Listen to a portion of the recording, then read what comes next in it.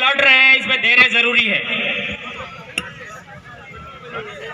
सबने जय जोहार। ठंड लग तो नहीं रही है? पक्का?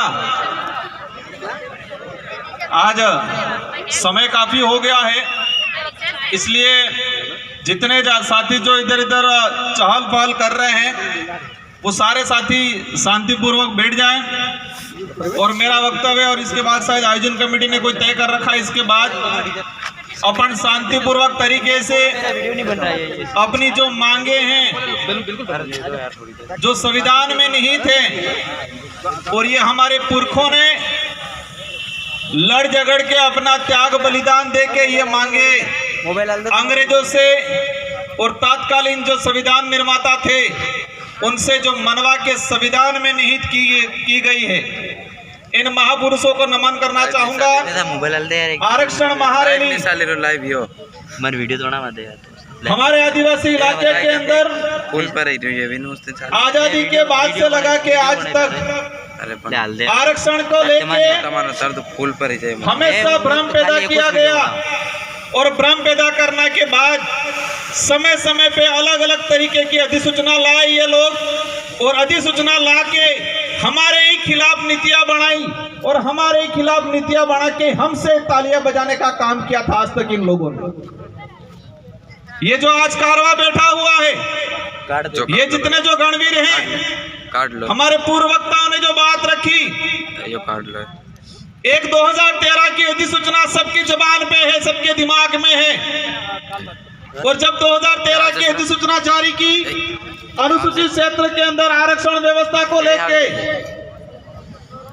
तो हमारे लोगों को बताया गया कि आपके फायदे के लिए है, आपके बच्चे इससे नौकरी लगेंगे, और हमारे पढ़े लिखे तो ठीक है लेकिन बेचारे हमारे कभी स्कूल नहीं गए, वो माँ बाप खुश हो गए कि अच्छी अधिसूचना आई है, हमारे लड़के कांस्टेबल बनेंगे, हमारे लड़के आरएस बनेंगे, हमारे लड़के डॉक्टर बनेंगे।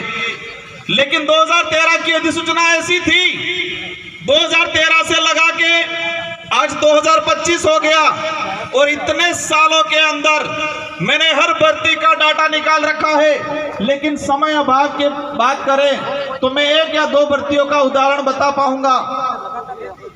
अब इन लोगों ने कहा सबसे पहले हम पुलिस भर्ती को ही ले लें, क्योंकि पुलिस भर्ती को इसलिए लेते हैं कि हमारे इस समाज सर्टिफिकेट लगा के पुलिस कर्मचारी अधिकारी बनते हैं, और बनने के बाद अपने आप को 30 मार का समझते हैं, और हमारे गरीब भाइयों को अंदर जेल में डालने का काम करते हैं।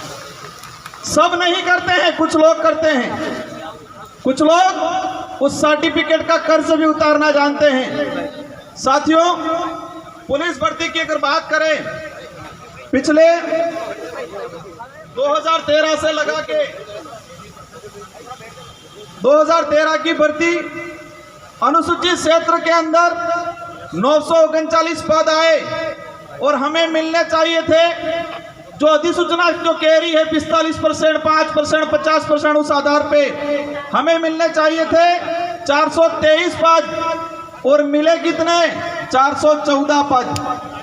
दूसरी ओर इस अधिसूचना में कहा गया कि 50% अनारक्षित, उसमें किसी भी वर्ग का पात्र अभ्यर्थी उसमें जा सकता है।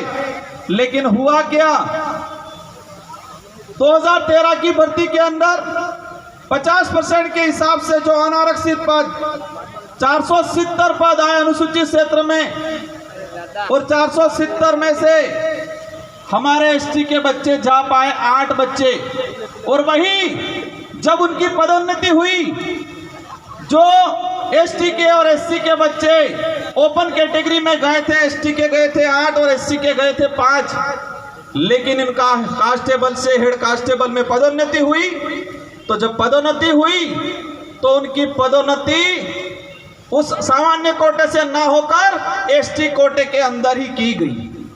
वही कहानी 2016, 2018, और इन तीनों भर्तियों के अगर डाटा बात करें तो कुल पद आए थे 2312, और 2312 में से हमारे भाई लगे 828, और जो 75% आदिवासी बाहुल्य क्षेत्र है और वहां पर 828 और बाकी जो 50% अनारक्षित की बात करें उसमें 1359 बच्चे दूसरे लगे। एक बाप के अगर 4 बच्चे हो और 4 बच्चे में किसी एक बच्चे के साथ अन्याय होता है तो उसका भी अधिकार बनता है कि मेरे साथ अन्याय क्यों हुआ। यहाँ तो शेड्यूल एरिया है, 5वीं अनुसूचित संवैधानिक प्रावधान है 244(1) के तहत, उसमें यहाँ पर विशेष अधिकार हमको दिया गया है और उल्टा हमारे ही साथ अन्याय किया गया।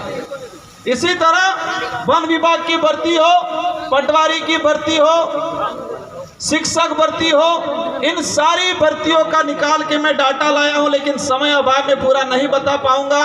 लेकिन यह बात जरूर बताऊंगा, वो 2013 की अधिसूचना के कारण हमारे आदिवासी भाइयों के लगभग 4 से 5 हजार नुकसान भर्तियां हुई। 4 से 5 हजार हमारे भाई नौकरी लगते। अब समझ लो इतने भाई नौकरी लगते अलग अलग विभागों में। एक परिवार से एक आदमी नौकरी लगता है तो उसकी पूरी पीढ़ियां सुधर जाती है, पूरी पीढ़ियां सुधरती है। इतना बड़ा नुकसान हुआ।